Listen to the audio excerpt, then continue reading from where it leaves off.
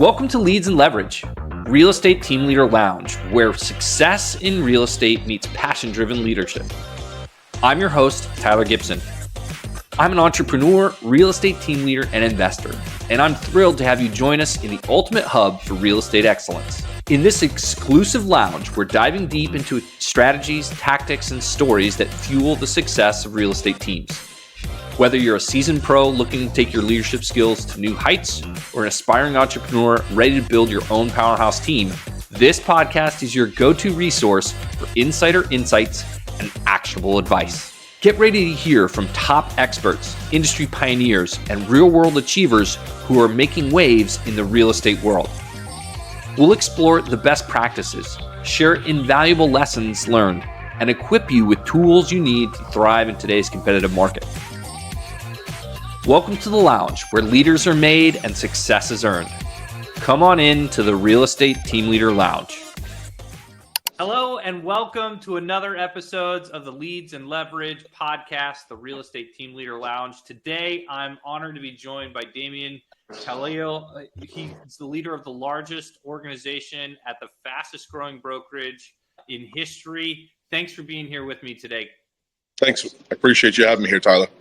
Yeah, I'm super excited to learn more about you and your real estate journey. I know that today you are basically out of production and you have a much smaller knit team that handles all of the production for you now, which is incredible. I'm sure there's folks that will be listening to this that want to learn how to do that. But give us the 30,000 foot view about your real estate career. At what point you transitioned into being a team leader, and then talk to us a little bit about what life looks like today. Sure. So my first career choice was actually in real estate on the mortgage side of things. I got involved in real estate out of my collegiate sports career and my early party life. I decided to become a grown-up and go get a real job. I think I was 23 years old and went and got a job as a mortgage loan officer in Myrtle Beach, South Carolina. And I always had a real fascination with real estate because of where I grew up. I grew up in New Orleans, Louisiana. And as you know, New Orleans is very rich with the architecture and just culture. And it always fascinated me, the Spanish influences and the French influences. So I think early on, there was a draw to me to real estate just simply because of where I grew up at. Although I quickly realized that the mortgage side was not a side of the business that fulfilled me, let's just say that much. But it definitely gave me a different perspective moving into the sales side of things as to how hard that job actually really is as a mortgage loan officer. But eventually I worked myself up from a loan officer to a wholesale manager of a division of a Fortune 500 mortgage company. And then one day walked into my office, saw a red light blinking in 2008.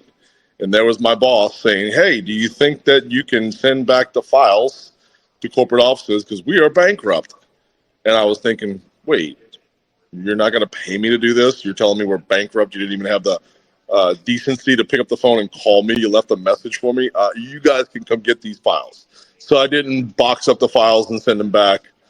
And that was my first stint in real estate. It was fun. It was exciting. I really enjoyed it. But I will tell you that it gave me a deep respect for the mortgage industry because those folks are very undervalued, in my opinion. Yeah, a good loan officer is worth their weight in gold. Absolutely. And really and truthfully, if you've ever done it before, you're also only as good as your last transaction. There's almost no loyalty in that space whatsoever. So shout out to all my mortgage loan officers watching this today. I love you guys. So how did you transition into doing sales? Well, I went into entrepreneurship once the market crashed. I went into building some organizations in different industries from health and wellness to cannabis. And when I finally exited out of the cannabis space, I decided to go get my real estate license and eventually partnered with EXP. And I was with EXP for a couple of years. And one of the things I was always taught by a man, kind of like my rich dad, I guess you would say, I was always a fan of rich dad, poor dad. I don't come from very wealthy people. I don't come from people that understand money or even taught me anything about money. But the one thing that I did was I found somebody that did. and he taught me about the importance of how to grade opportunity and how important passive income was. So initially, he taught me that there were 5 criteria that any opportunity that I'm looking. See, I consider myself an intrapreneur, not an entrepreneur. I've always been an intrapreneur, which I think is equally as important. Of course, not as important as the entrepreneur, because they make the financial investment. It's their vision, their goal. I mean, it's their vision, their model, their financial investment. But the entrepreneur is critical to the success of the entrepreneur's overall success in what he's trying to accomplish. Usually the entrepreneur is a biz dev person, right? So for me, I always knew I was taught how to grade these opportunities, and it was based off of 5 criteria. Number 1 was, who's the leader? Everything rises and falls on leadership. So the first thing I always looked at was the leadership. Number 2 was I looked at their compensation mechanism. Number 3 was I looked at their systems and tools. 4 was I looked at the timing of that opportunity, because timing is everything. And when I got involved in EXP, I did not go to build a large organization. I went to create a story in real estate, because I knew somebody down the line was going to pop off a model and improve what EXP did. And EXP is a wonderful company, had great opportunities there, had great friends. As a matter of fact, my best friend, 2 of my best friends to this day, I met in that company. But I knew the timing was gone, because I got involved in years like 7 or 8 of EXP. And then the last part is the culture aspect. So when I look at these opportunities, I like to look at those 5 things to grade them. And from the culture aspect, I had really no opportunity to influence the culture of EXP. It had already kind of been established. So I had my eyes and ears open, and that's when I ran across LPT. So I graded, again, went and flew out, met Robert Palmer, and kind of graded the 5 criteria based off of what I saw. And I was willing to bet I was willing to bet on Robert, because he was willing to put $100 million of his own money, seeking no investors, no private equity, nothing, on his vision and his dreams and his goals. And the fact that I was able to sit down with him for 7 hours prior to saying yes, and ask, I had 16 realtors with me that we all asked all the questions that we had. And after that, felt comfortable betting on a man that would bet $100 million of his own money on himself. So that's kind of how we arrived to where we're at right now. That's cool. Tell me a little bit about transitioning from being a solo real estate agent to building a team. Sure. When did you know that was the time to start? Well, I've always built teams. Really, when I say I went into entrepreneurship, I went into the network marketing world. I built teams of 10,000. I built teams of 17,000. And I was very fortunate to be mentored by people that taught me what's the most important parts of building a team. Tony Robbins talks all the time about the 6 basic needs of human beings, right? And one of the things that I've always wanted to do is create an environment where people felt like they were, number 1, appreciated. Number 2, they felt like they were a part of a cause. Our team always has some type of cause that we're involved in. And number 3, also that they are in an environment where they can grow. And me personally, I am a student of personal development.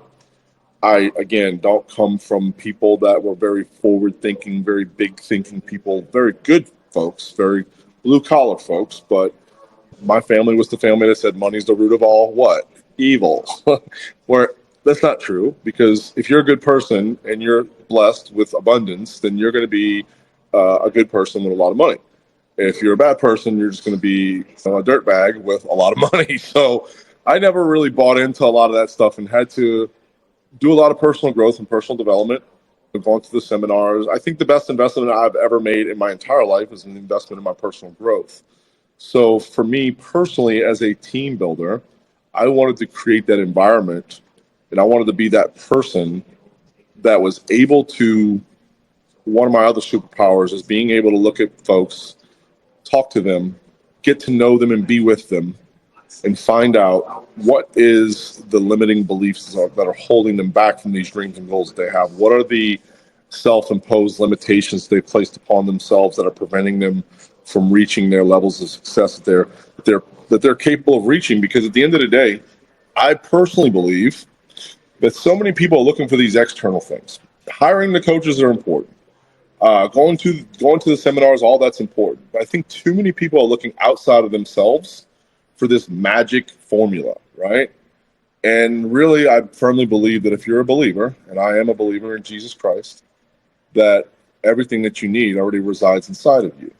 That if you can tap into the power that already exists inside of you, and you can peel back the layers of the onion of disempowering belief systems, of different things that have been taught down generationally, and you can identify with the fact that you're God's highest form of creation, then there's nothing that you can't achieve. So I wanted to create an environment that was the foundation of everything that I've created, is that I want to create an environment where people are going to grow, and if they grow, they become loyal. And when they become loyal, you then teach the skill sets and all the different things that you need to teach to build a successful team. But for me, it's always been the foundation has been investing in people and their personal growth. That's been the most important. And honestly, that's what wakes me up in the morning. It's really not real estate. It's not the real estate. I love helping people get into homes. I love helping the first-time home buyers and VAs, and I love helping people get their investment properties. But for me, it's helping the agents realize their potential. So I love that. What have you done recently to try, or what are the things that you focus on to help agents, whether they're on your team or they've just joined your organization? What are you telling these agents in the market that we live in today, right? Which there's lots of uncertainty and lots of questions going on. What are you telling them? What are you teaching them to help them reach that next level of success? Get back to the basics, man. So many people are looking for the hack. They're looking for, when I launched my real estate business only 4 years ago, by the way. So 4 years ago was when I decided to go into real estate sales. My first year in real estate, I did 10.2 million in sales with no paid leads whatsoever. And what reason why I did that, because I wanted to create a story so that I had a story that I could identify with and that I could share with others to say, hey, I can help you do what I've done. And really what it boils down to is how many people are you talking to on a daily basis?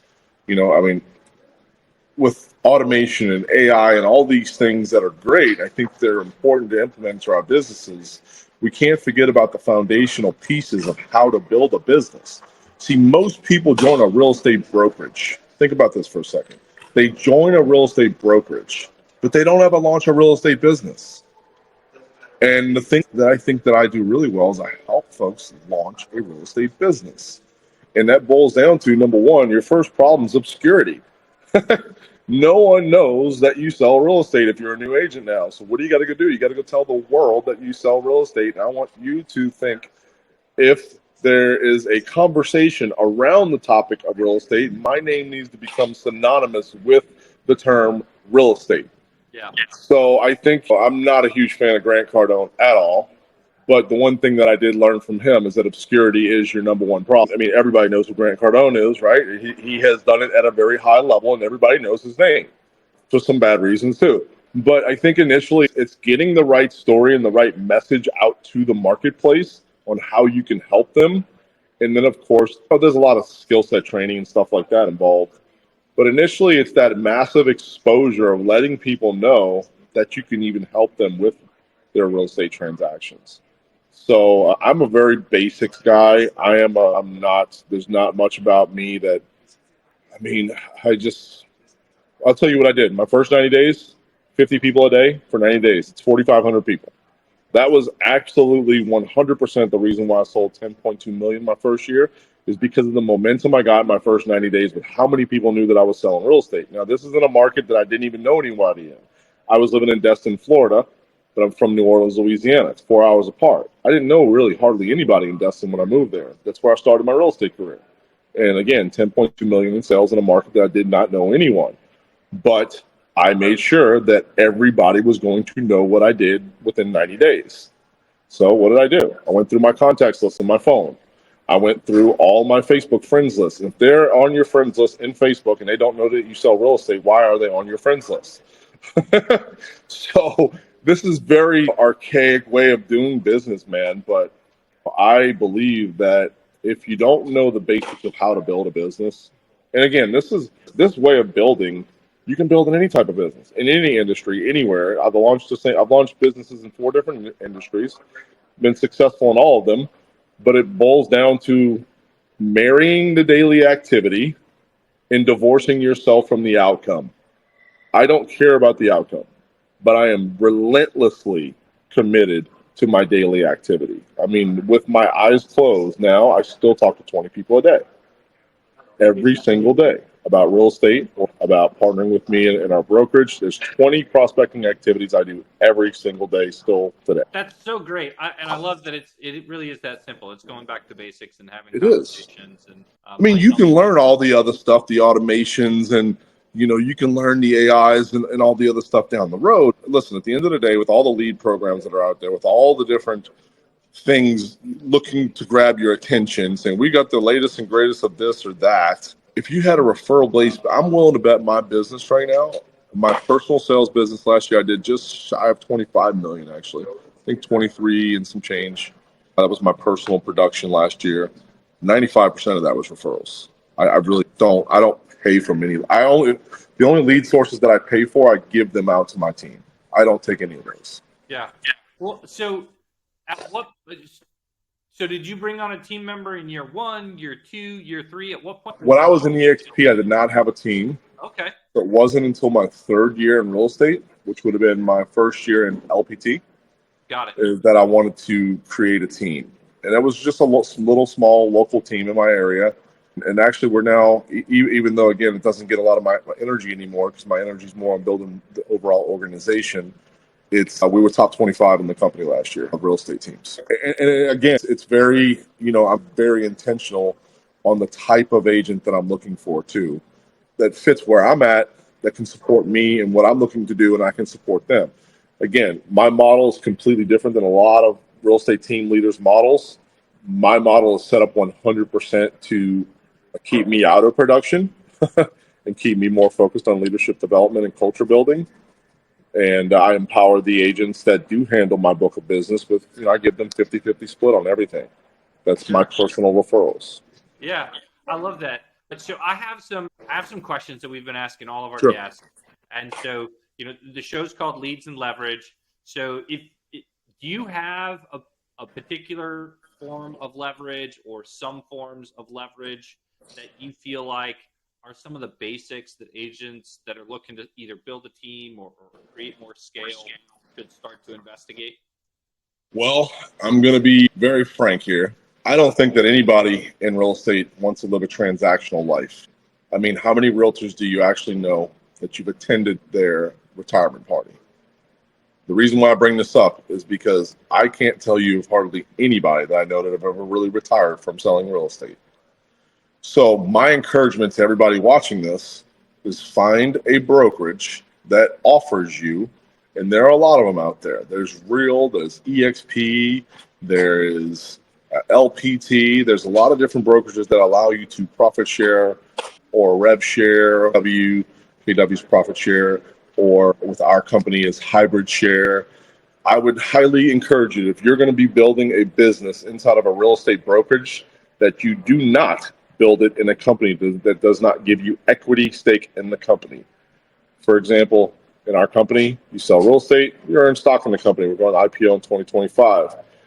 If you build a passive income in your life of $5, $10, $15, $20,000 a month, you're not living as transactional anymore. If you don't have a transaction that happens that month, then it's not a huge deal if you have a $10,000 a month rev share check coming in. So my encouragement to everybody here is look at the new models of the different companies that are out there. There are a lot of great companies that are out there that are offering this particular type of revenue stream. Now, this is a separate business. I look at it as a separate business from your real estate sales business. For example, I have 4 hours a week that I have set aside where I prospect specifically for my hybrid share side of the business, or what we AKA known as rev share, where I'm prospecting agents, team leaders, but I time block those things. I time block those things away from the other business building activities that I have for the real estate sales side of the business.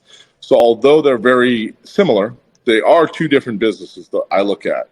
So I would never personally get involved in a company that did not offer me equity stake in the company, number one, and number two, a way to earn passively. That's my advice.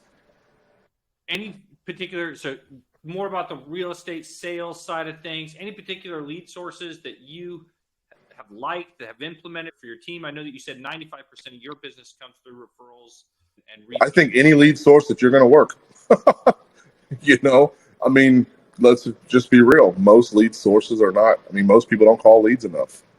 It really doesn't matter the lead source. What matters is how many times you're going to follow up with that lead source before you consider it a dead lead. Our team, we called them 20, 25 times, man, before we ever considered a dead lead.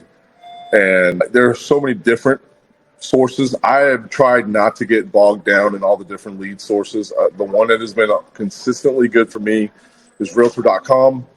I will say that their leads have not been as good lately as they were in the past. But our company has some in-house lead generation programs that are really phenomenal.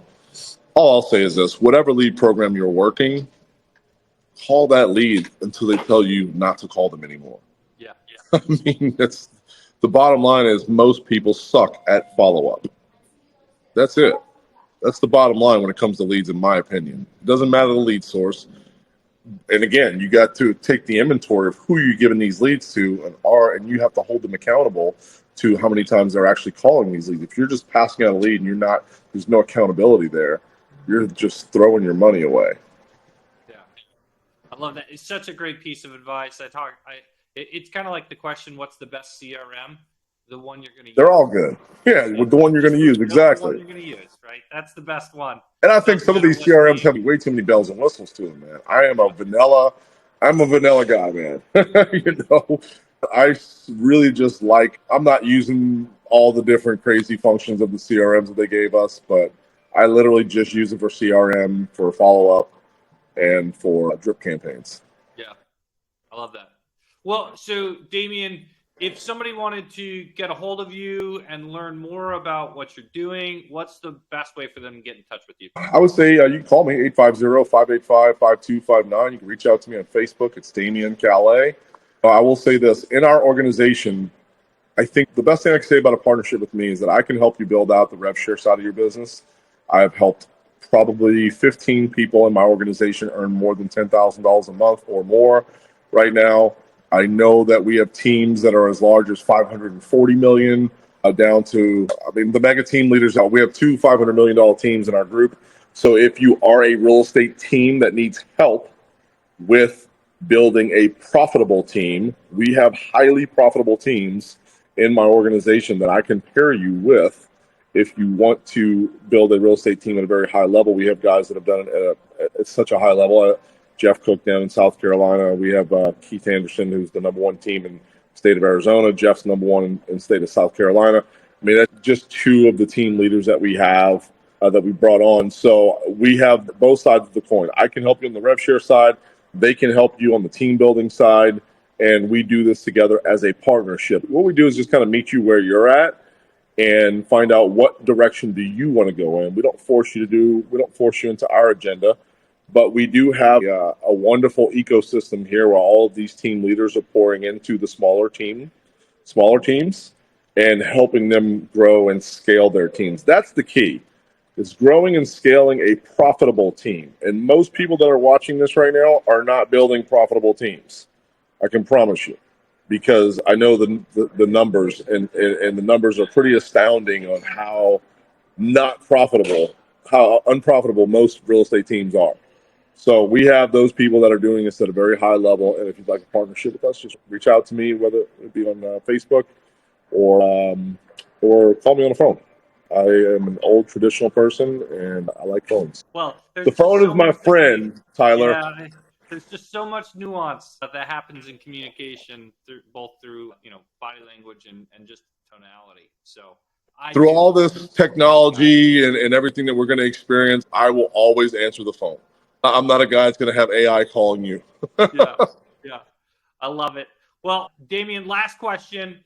If you have one piece of advice to give to either a team leader or someone who's thinking about starting a team, what would that be? Know why you're doing it. Because it's not easy. If you're doing it for selfish reasons, when the time gets tough, you'll probably be one of those people that exits quickly and disbands that team. If your why is big enough and you understand why you're doing what you're doing, I always tell everybody the why is everything. So understand why you're doing what you're doing. And I would say the second piece is make sure that you identify your core values. What are your core values? What are you not willing to waver on for any? And as you're interviewing people to your team, do those people hit your core values? Do they align with your core values and with your mission statement for your team? And if you don't have core values for your team, if you don't have a mission statement for your team, you probably shouldn't even start a team. I love it. Great advice for the new folks. So, well, Damien, thank you so much again for being here with me today. And for all of those listening, either online or in your car, thanks so much for tuning in to the Leads and Leverage podcast, the Team Leader Lounge. We'll catch you all next time. Thanks, Tyler. And that's a wrap for today's episode of Leads and Leverage. I hope you found our conversation insightful and actionable. Remember, success in real estate is not just about transactions. It's about the relationships you build, the teams you lead, and the impact you make in the lives of others. If you enjoyed today's episode and want to stay connected with our community of real estate leaders and entrepreneurs, be sure to subscribe to the podcast and leave us a review. Your feedback helps us bring you more valuable content and guests. Don't forget to visit our website, gpghome.com/leads and leverage for additional resources, show notes, and exclusive updates. You can also follow me on Instagram at real_Tyler Gibson to join the conversation and connect with like-minded individuals. See you next week.